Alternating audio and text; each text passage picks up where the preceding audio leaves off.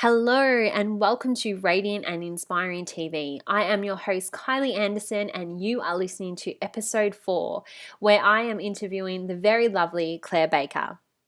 Claire is a certified coach, passionate writer and speaker, creator of online program Wild, Well and Creative, and author of She is Radiant, your 6-week wellness adventure to get glowy and feel rad. Claire guides vibrant women towards a life right with greater confidence, less stress, improved relationships, and clear complexions.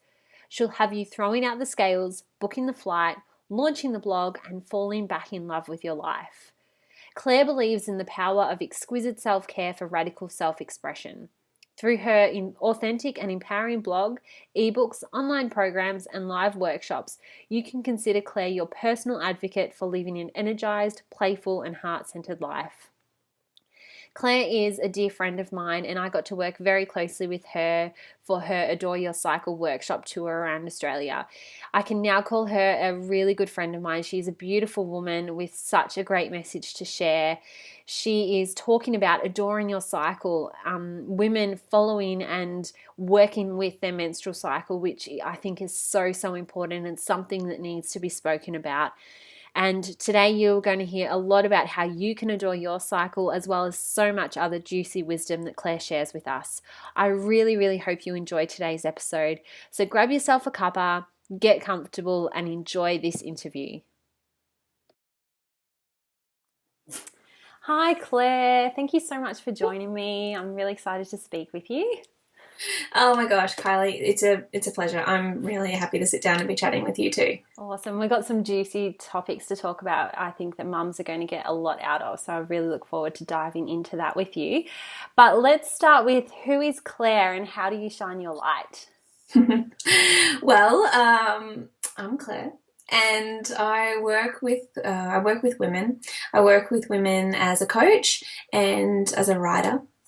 So I love working with women who have a passion to express themselves fully in the world, and who have the desire to take care of themselves in a way that gives them the energy and the stamina, and the love for life that enables them to do what they're here to do. So, women like you who are doing really amazing things in the world, creating programs, women who are just ready to get to know themselves on a more deeper level and maybe explore or rekindle their creativity. So that's what I do for work, and I am with my partner Andrew, and we've got a little fur baby Zuma, and we're sort of in a little bit of a transition mode at the moment, moving our lives from Perth over to London. So at home on the east coast of Australia at the moment with family. And other than that, I love to write and I love to dance and I love to keep fit and healthy.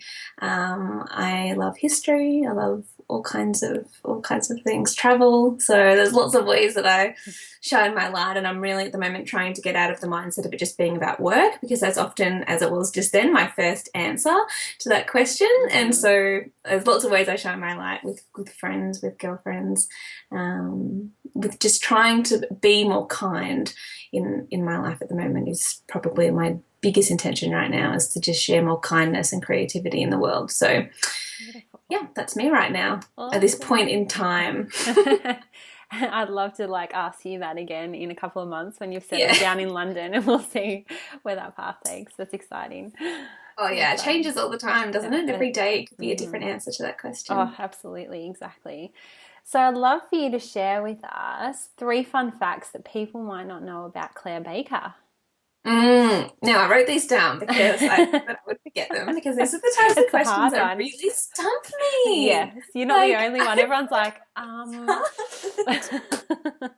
actually find it really hard, because you think, well, one, what's fun about me? I don't know. Sort of have to really think about that, and then you think, well, what might people not know? But I came up with a few things. Awesome. Because it's a great question. So the first one that I think people are often surprised to learn is that I am not an extroverted person at all, and I'm naturally quite introverted. That's something that I've really come to embrace about myself, really probably over the past 3 years or so. I have thought myself for a long time that I was in fact very extroverted, because I do love I really value my relationships, and I've always been quite a social person.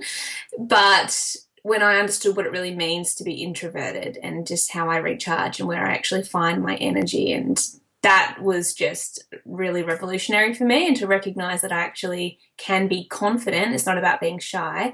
I can still be a very confident, powerful woman whilst being an introverted woman. I don't need to be the loudest, most outgoing person with the most amount of friends, always at social occasions and networking, in order to also have a business. So that's been a really something that I've really learned to value about myself, is that I'm actually quite introverted and that I really need time out on my own.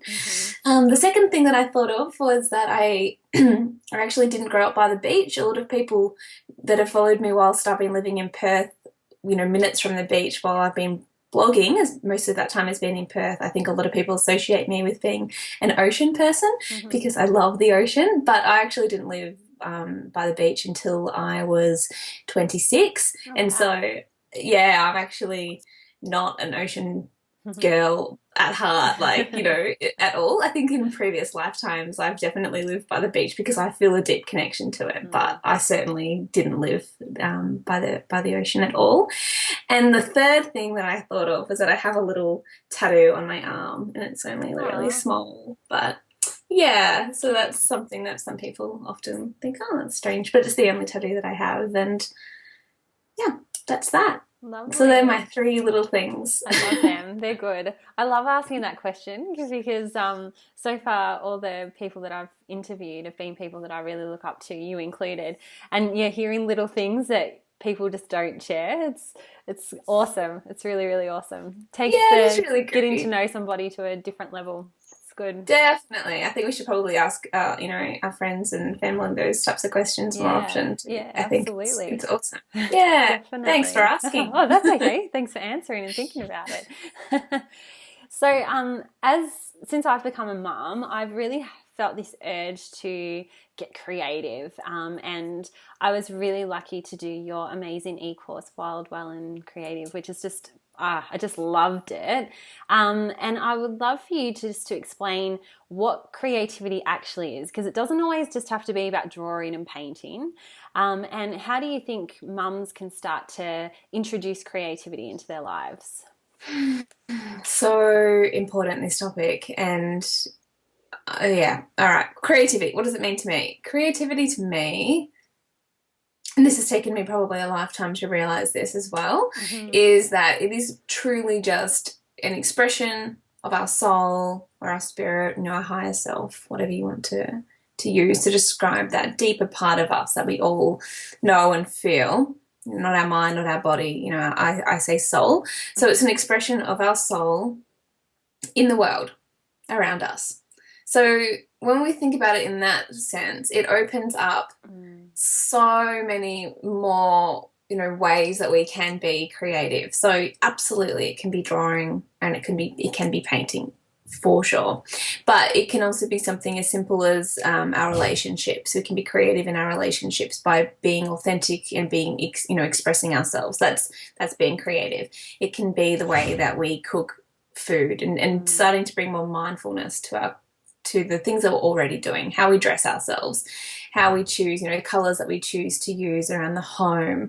I think that for a lot of women, the home, our appearance, these are really good places to start, particularly for mums if you are at home quite a bit with young children. There are so many places that you can start to bring more mindfulness to where you're already being creative. So getting dressed in the morning, makeup, even just putting on a particular colored lipstick that expresses how your soul is feeling in that moment. So it also involves awareness, and it has to evolve self-awareness and this unraveling of ourselves, because if we don't know our soul and if we haven't connected deep, with that true part of ourselves, then how do we express it? So creativity really asks us to get clear on who we are, what's important to us, how we want to feel in our life, what we want, what we really love and desire. And so it really asks us to have a deep sense of self-awareness and then to express that. And so it can be so as simple as,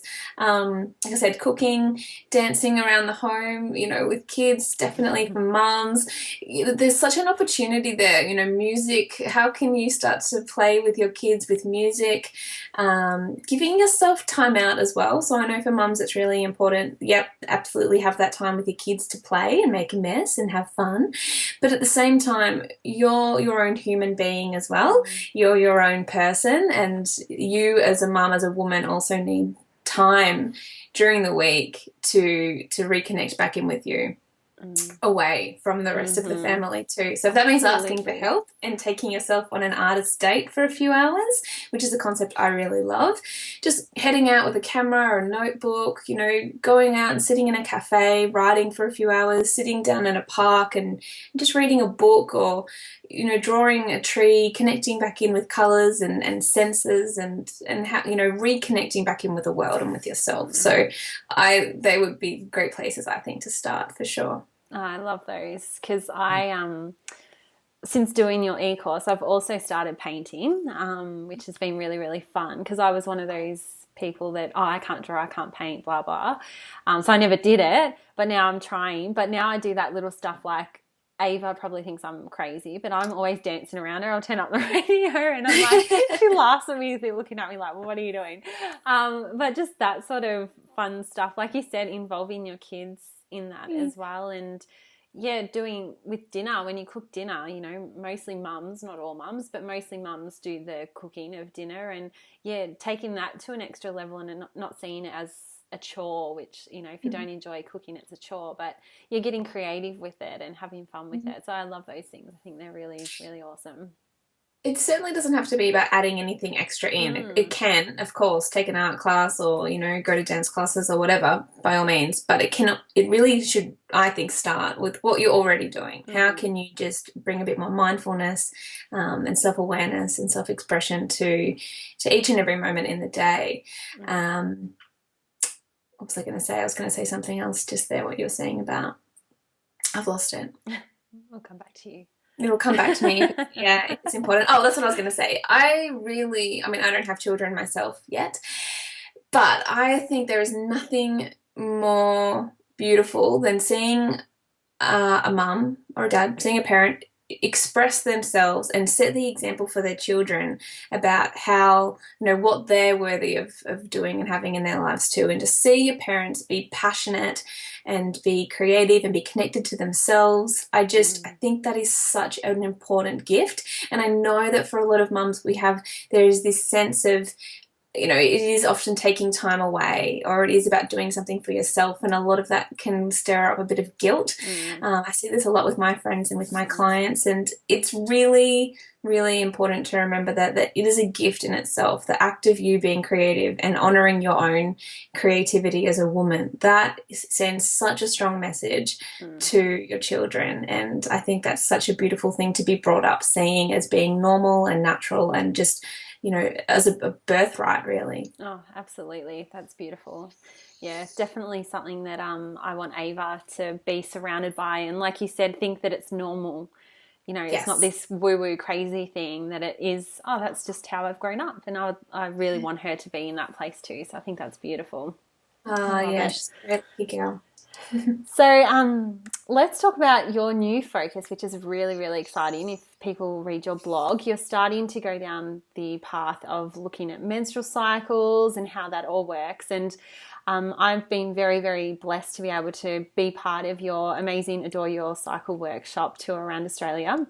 And I also got to attend Melbourne, which is great.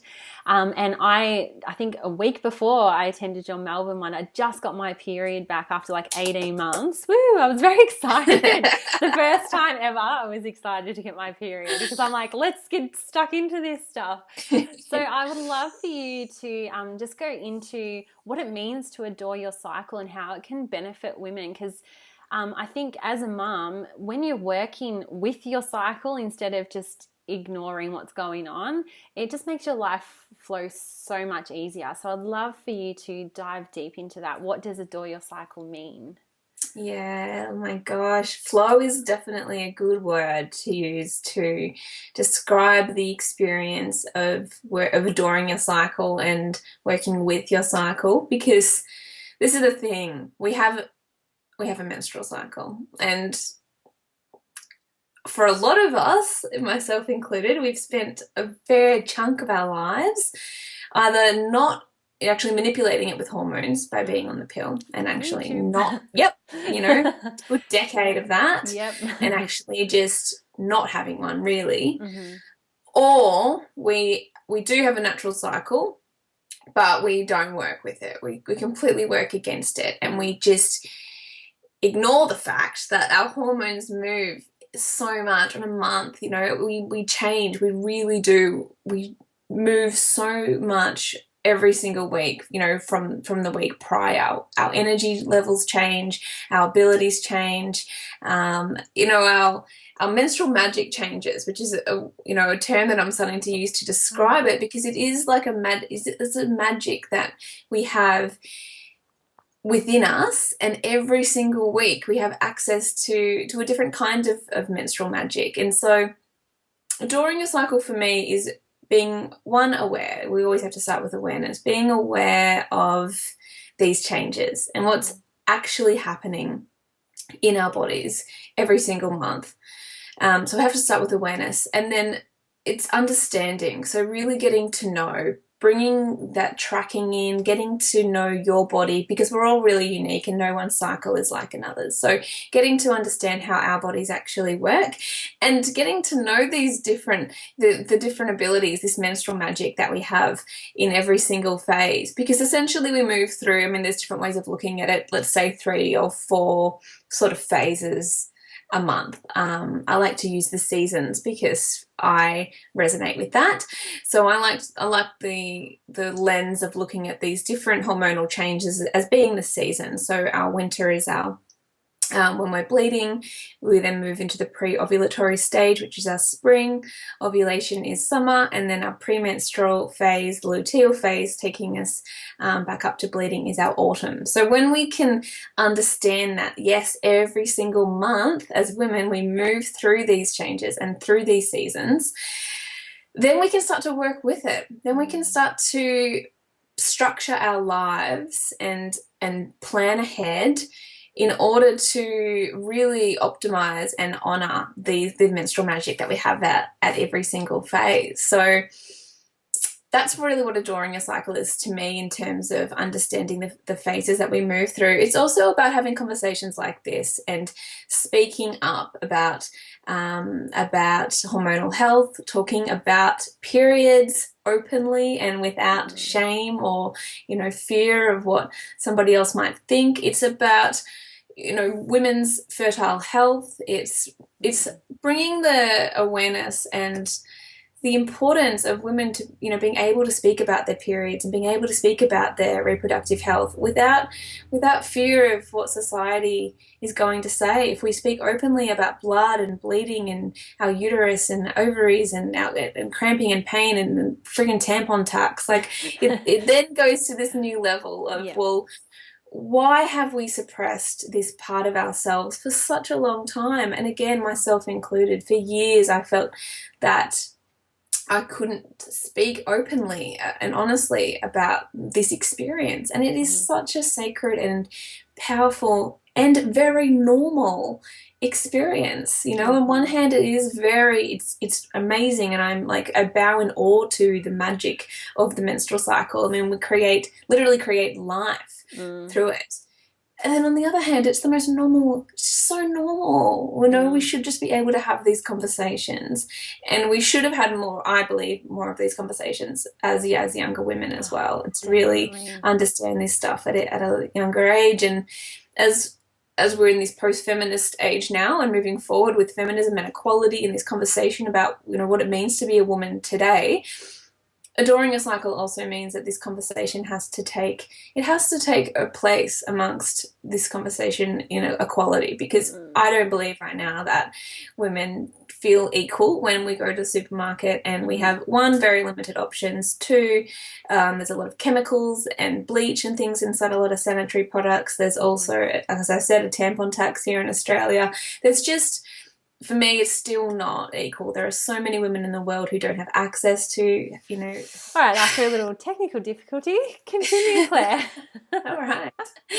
And look, there are so many women around the world who don't have access, so many women who don't have access to safe and healthy sanitary products. So adoring your cycle, on one level, it's about us as individuals and understanding how we work, and then structuring our lives to work around that, to flow, to work with our cycle. And then it has to be the broader conversation as well. And I'm really excited about that too, because I can see this conversation happening more and more, even in mainstream media. So that's, to me, what adoring your cycle is all about. It's the best self-care, self-love, self-awareness, self-kindness, et cetera, tool that I really believe that, I have to share with women, because once we can really understand this stuff, we get to know ourselves on such a deep level, and then it just makes life so much easier when we can work with our energies and work with our menstrual magic rather than working against it. Oh, definitely. I know for me, again, see, I'm going to be teaching all this to Ava.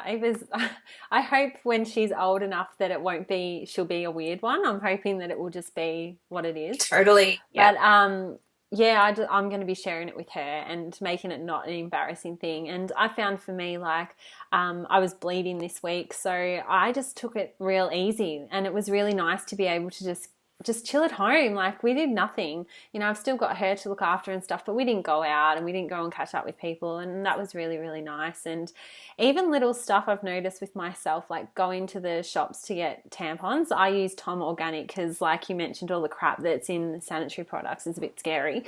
So I had that, and usually I would just unintentionally hide it, like be embarrassed by it. And I'm like, no, I'm going to walk around loud and proud in the supermarket with my tampons. And I'm like, that's what we need to start doing. That is how it should be. We shouldn't be hiding our tampons or pads under things in our shopping basket. Like, it's crazy. So those little things have shifted within me, which I think is really exciting. And I've been talking to my clients about the work that you've been doing and all that sort of stuff, and some are a bit like, oh yeah, and then others like, oh, that's really interesting. So yeah, I think the more that, if you're into this stuff, just talking about it with the people around you, and hopefully it will just have a flow-on effect. I think it's really, really important. Love it. Oh, I love that. And you know what? A couple of things. One, we have to be ready to hear it. And I wasn't, in my early 20s. No way was I ready to hear this stuff. So, you have to be ready to hear it. It's such a personal journey and experience, but so many women are really ready to connect with this very, very important part of their body. I mean, body love and body acceptance. This conversation means a lot to me because it has changed my life in so many ways, learning to really love my body just as it is, and treat it with kindness, with whole foods and exercise. And that conversation is now becoming much more mainstream and popular, which is excellent. But this also has to come into that. We can't talk about body love, I don't believe, if we're also not talking about our blood and our bleeding and our menstrual cycles and our hormone health, because as women, this is crucial stuff. So I think it has to come into that body love conversation. Yeah, absolutely. So how did you get into this? Where did your interest stem from? Well, I was on the pill, like I said, for a good 10 years, and I came off at 26, and then my period didn't come back for 12 months. So came off the pill, nothing really happened, and I sort of freaked out. That's scary. Oh, yeah. After being, it was while you're on the pill, it isn't a natural cycle, but you still have that regular monthly bleed. And then I just expected that it would just happen quite quickly. At 3 months, I started to get, a bit freaked out. 6 months, I really, really started to freak out. And I started to see a doctor of Chinese medicine. my friend Amy O'Brien, and she was so excellent and supported me through that next half of that 12 months with acupuncture, with Chinese herbs, and just general support and advice to understand what the cycle, what was actually happening, what my body was doing and what it wasn't doing. And I also devoured everything that Nat Kringoudis teaches as well about hormone health. The woman is just a genius. Yeah. And so the two of them really supported my whole journey that year, and just patience really in the end I think brought it back, and 12 months later my period returned. So one hand I was so excited to finally have a cycle and to have a natural cycle. My period returned on a full moon as well, which I was really curious about. I thought this is really cool too. So, and like you were saying, when your period came back after having had Ava, I was really excited. I was like, it was like a period party. I was thrilled that it came back, and thrilled that it came back on a full moon. And I'd started to pick up, I'd read books like Red Moon by Miranda Gray previously, but reading it again once having actually had a natural cycle and just starting to notice these changes within myself. For that next 12 months, that first 12 months of having a natural cycle, it was just like a whole new world. My body started changing in ways that it never had before. I think the physical differences are the things that we notice the most, recognizing that our breasts change, our abdomen changes, feeling ovulation, pain at ovulation, recognizing my premenstrual symptoms were very different to what they'd been like when I was on the pill. Just starting to feel these physical changes in my body, recognizing that I didn't have the same amount of energy or stamina for exercise that I had at different times. That was really the first thing that I began to notice. And then, the spiritual changes, the mental changes, all of these subtle energetic shifts as well. Just as I began to track, as I began to feel and into what my body was actually doing, it was just, it was phenomenal. So that was really when I really began to actually adore my cycle, was actually experiencing a natural cycle for the first time in God knows so long. And having not had it for that period of time as well, I appreciate it so much more. And then it was just a matter of a lot of reading other books on the topic, talking to other women, like, do you experience this as well? And getting more advice, and just starting to understand these changes that we move through, and like I said, how we can work with it rather than trying to bury my head in the sand, pretend that they didn't happen, and just carrying on as per normal. Yeah, absolutely. I love that. Yeah. Especially for not having it for 12 months, that gets scary. Because, especially if you want a baby and stuff like that, well, your body's not doing what it's meant to be doing. So I can completely understand why you're adoring your cycle. Sure, it does. And a lot of women experience that post-pill amenorrhea, having come off the contraceptive pill. And, for some, it makes no difference at all in their fertility journey. But for others, it does. And it can be terrifying for sure. It's like, why isn't my body doing what it should be doing? But I had to remember that for 10 years, I'd been manipulating my hormones, and so my body hadn't ovulated since I was 15. Well, guess what? It's going to take a little bit of time to recalibrate. Yeah, definitely. The pill is so scary. Oh, it's super scary. I interviewed Nat Kringoudis about a year or so ago, and just some of the stuff she said I didn't even know. And I think the doctors really need to give people information about what the pill does. Like, your body can't absorb nutrients properly and all that sort of stuff. I was like, holy crap.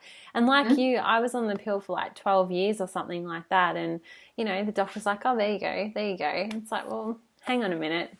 And I watched an interview that Nat did with you a couple of years ago, and I was like, oh my God, shit, what if this is possible? This could happen. And this is when me and my husband were thinking about starting a family, and I came off the pill a bit sooner because I didn't know how my body was going to react. So it's just, I think a lot of information needs to be given around that sort of contraceptive, definitely. Absolutely. And look, it's all very new still. It's a relatively new drug, really, in the scheme of things. I'm talking about having been on it for 10 years, 12 years. A woman at my most recent workshop in Brisbane has been on it for 20 years. Yeah, wow. We're sort of the guinea pigs, as frightening as that sounds. And it's only really now that we're going to be able to look and go, okay, well, what does long-term use of this medication actually mean? Yeah. at the same time, I'm very wary of ever recommending anyone to come off the pill. It's a very personal choice, Oh, and I'm very definitely. grateful for the years that I had that very Yeah. convenient contraception Yeah.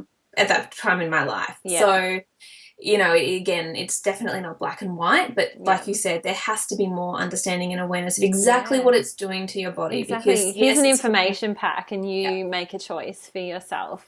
Definitely. absolutely. Because then it all Yes. comes back to, I think, if you choose not to go on it or you choose to come off it or whatever, I know for me, I won't be going back on it. But coming back to what you're teaching with Adore Your Cycle is that I now can feel when I'm ovulating. So I know Yeah. that I need to be careful at that time, Hmm. So it comes back to that, just being in tune with your Hmm. body and being aware. And that's the contraceptive that I'll use as well as condoms. So it's, Yeah, yeah, I think it's goes hand in absolutely. hand. Yeah.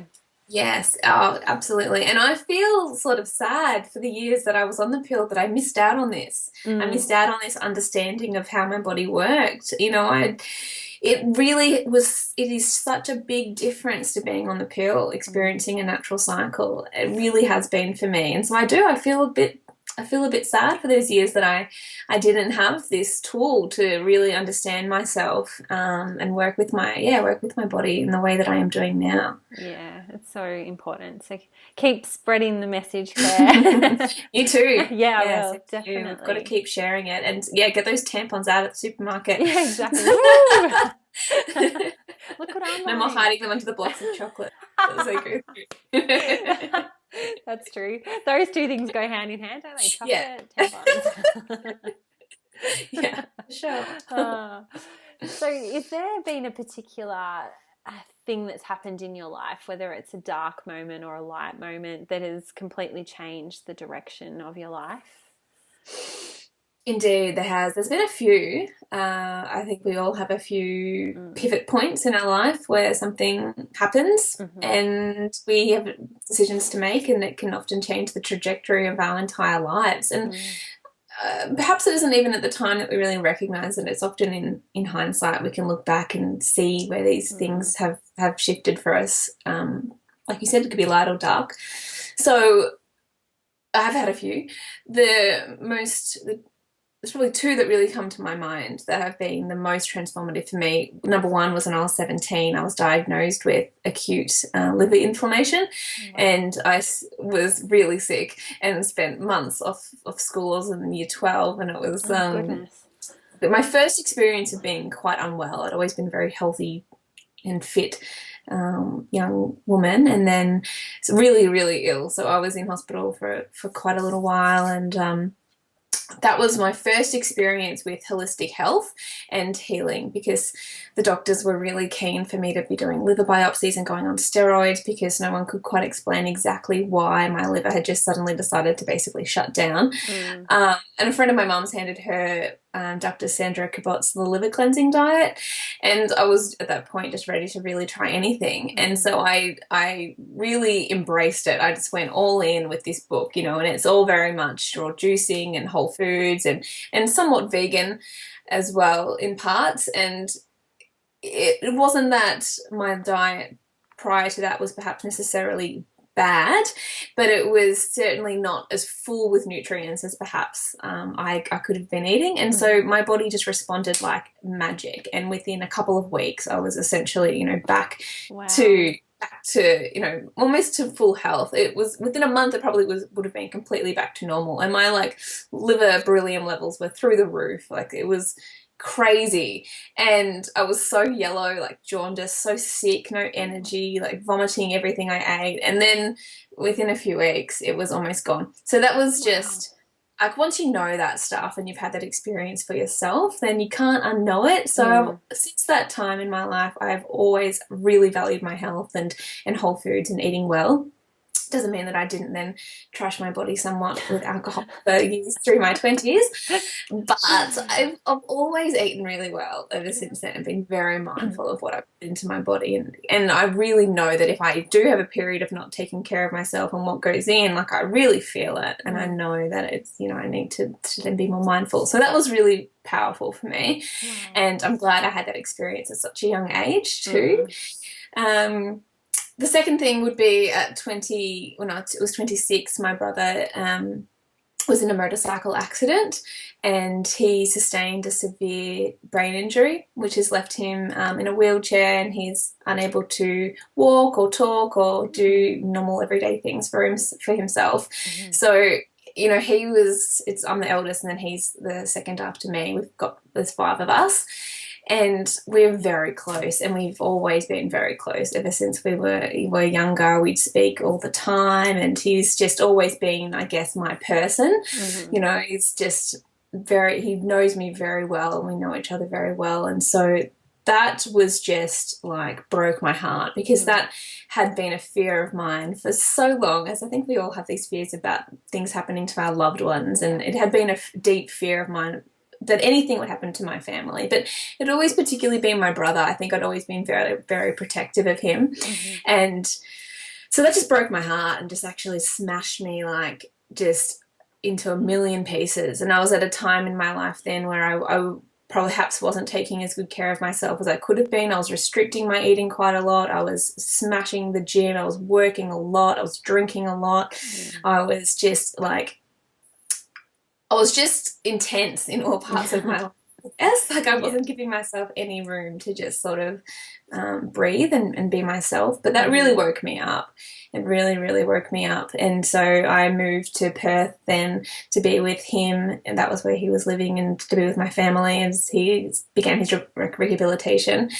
That changed everything because I just stopped giving a shit after that, because once you really recognize your own mortality and just, you know, how precious life is and how, Sam's still here, he's still alive, but his life is very different now and it will continue to be very different. And you just appreciate the opportunities and the possibilities that we have available to us. You know, we're very, very privileged and we're very lucky. And I just, again, you can't unknow it. Once you have experiences like that, well, then that's it. So that gave me the courage and the confidence and to pursue what I really wanted to be doing. So that's when I enrolled at the Institute for Integrative Nutrition. That's when I started to pay off my debts and just take a few things more seriously in my life, as well as to take other things less seriously and to just start to prioritize what was actually important to me, to get clear on what my values even were, and to just start to align my life by them. Wow.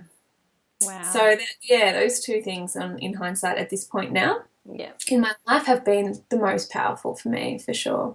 Yeah, it's amazing where things like that just rock you to your core can just completely like chuck you on a different path. And your brother going through that is just horrible and horrendous, but without it, where would you be now? You know, like, my brother had cancer when he was 18. So a similar thing when you realize mortality and he's younger than me and it's just me and him. So going through something like that is tough, and it does make you put everything into perspective and realize that, hang on a minute, you know, life, you don't know what's around the corner. So just go for what you want and be happy. So yeah, absolutely. And you'd never choose for that experience. You'd never ask for it, but they do bring the most powerful gifts. You know, we would never choose it and we never wish it upon anybody else. But, you know, when you wrap a few layers and use it as, you know, I love that quote that healing is a matter of time, but it's also a matter of opportunity, because it really is. There is opportunity there for us to start to get, really clear on what's important to us, even when it's very painful. Yeah, definitely. Absolutely. Wow. You're a strong woman, Claire. Very, very strong. Same to you. My gosh. We're all much stronger than we think that we are. Yes, definitely. Absolutely.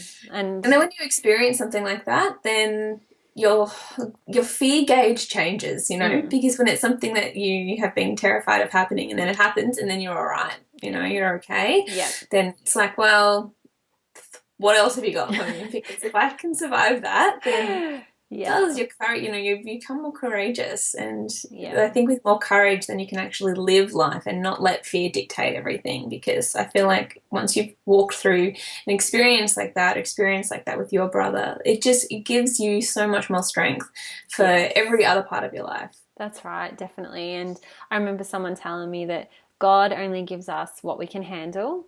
And even at the time, if you think I can't deal with this, like this is just hard. But yeah, we know that we can get through it. Otherwise, we probably wouldn't be put in that situation as horrible as it is. Yeah. So, Oh my gosh. I said that to Andrew, my partner, yesterday. oh really? Like, we're only being given what we can handle right now. Yeah, So just keep exactly. breathing. It'll be That's right. that's right. Exactly, absolutely. So I'd love for you to share. Do you have like some sort of tool that you use all the time, or in special situations that the lovely ladies watching could maybe try out and implement in their lives?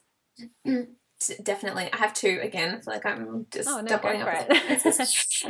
The first one I always come to with any sort of spiritual practice is my journal. It's like my church. And I need it. And it's really funny. While I've been at home, I've found all my journals from when I was Oh, younger.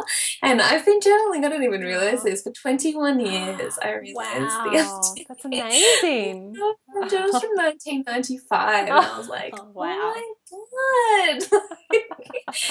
Holy Wow. shit, like it has been a constant in my life. It Hmm. really has been. And it's how I connect with God. It's how I connect with myself. It's how I connect with the rest of the world. It's how I make sense of the world. It's how Mm. I make sense of my relationships. I often write about people and just trying to understand them and understand my relationship with them.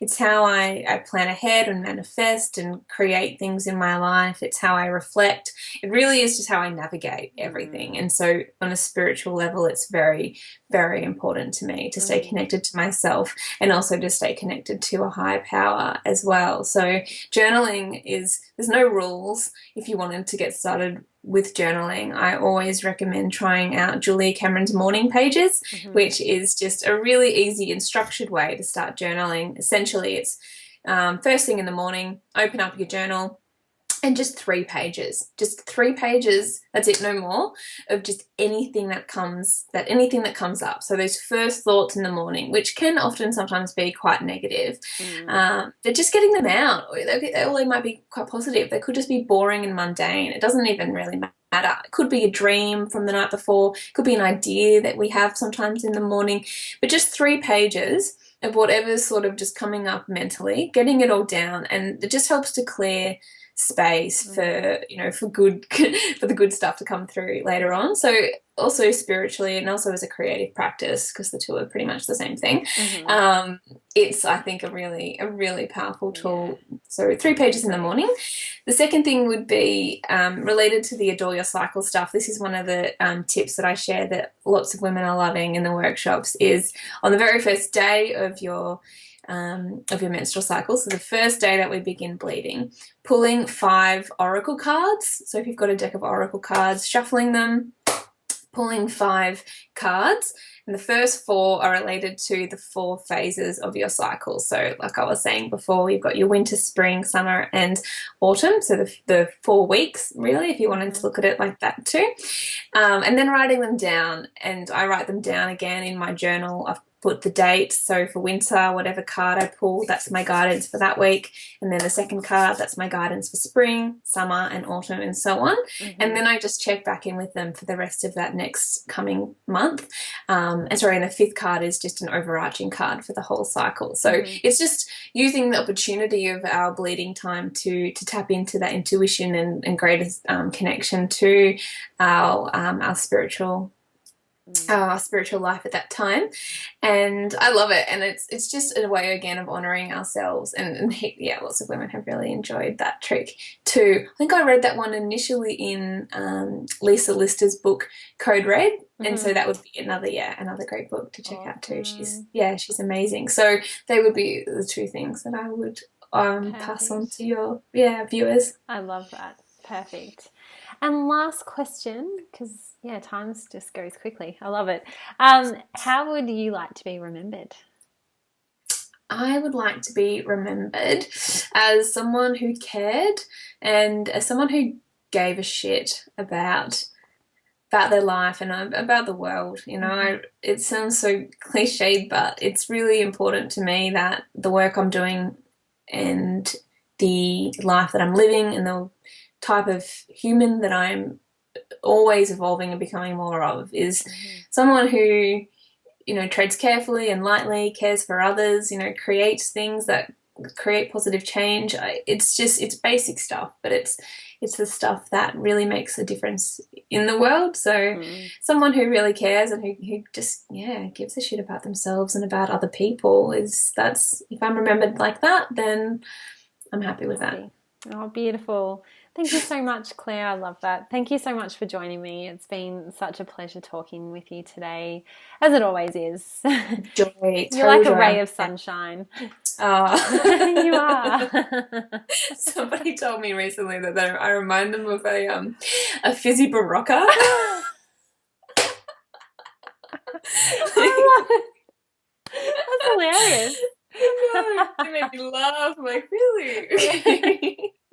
Fair enough. Fair enough. I'm gonna take that You as a give energy compliment. to other people. Yeah. Well, thank you so much. Thanks, Kylie. It's been great. It has been, and I'm sure the ladies will get so much out of it. So you take care. Safe travels to London. All the best. And Thank you. thank you. Much love. Thanks, Claire. Bye. Bye. Thank you.